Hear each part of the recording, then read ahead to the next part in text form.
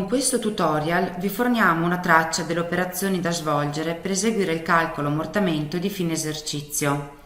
Il flusso operativo esposto fa riferimento all'esercizio in chiusura 2015 con data inizio 1/1/2015 e data fine 31/12/2015. Qui di seguito esponiamo il flusso operativo. Eseguire il calcolo ammortamenti di esercizio, creare i movimenti di rettifica degli ammortamenti, creare i movimenti degli ammortamenti nel libro Cespiti. Vediamo ora, nel dettaglio, le varie operazioni. Per eseguire il calcolo ammortamenti di esercizio entriamo dal menu Contabilità Cespiti, Ammortamenti, Calcolo ammortamenti gestionali di esercizio. Dal menu a tendina selezioniamo l'esercizio in chiusura, Inserisci, indichiamo la data del calcolo dell'ammortamento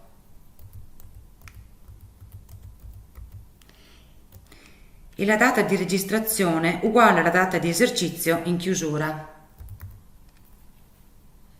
Conferma. Il sistema propone una serie di parametri da definire per il calcolo. In particolare poniamo attenzione sulla scelta di includere o meno nel calcolo ammortamenti anche i cespiti totalmente ammortizzati, selezionando l'apposita opzione Includi cespiti totalmente ammortizzati. In secondo luogo, nei parametri di calcolo, in merito all'opzione relativa al tipo di ammortamento da applicare per il primo esercizio, le scelte sono tra riduzione secondo i limiti fiscali e calcolo su effettivo utilizzo. Dopo aver scelto i parametri possiamo eseguire il calcolo. A questo punto procediamo con la creazione dei movimenti di rettifica. Entriamo in Contabilità Cespiti, Ammortamenti, Calcolo ammortamenti gestionali di esercizio. Il sistema ci propone il calcolo dell'ammortamento che abbiamo appena elaborato. Movimenti di rettifica, crea movimenti di rettifica. Se il calcolo non è stato precedentemente approvato, approvare ora.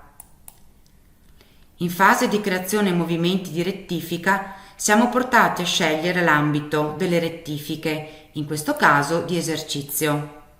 Indichiamo come data di registrazione la data di fine esercizio e scegliamo nell'opzione Genera anche i movimenti dei cespiti se procedere con la creazione degli stessi in questa sede.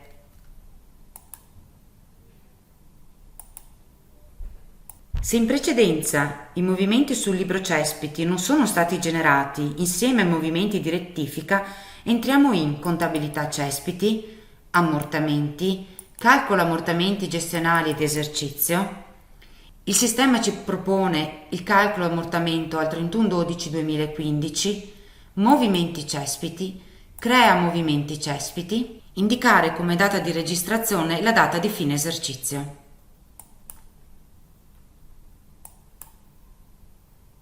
A questo punto il flusso operativo relativo al calcolo degli ammortamenti è terminato.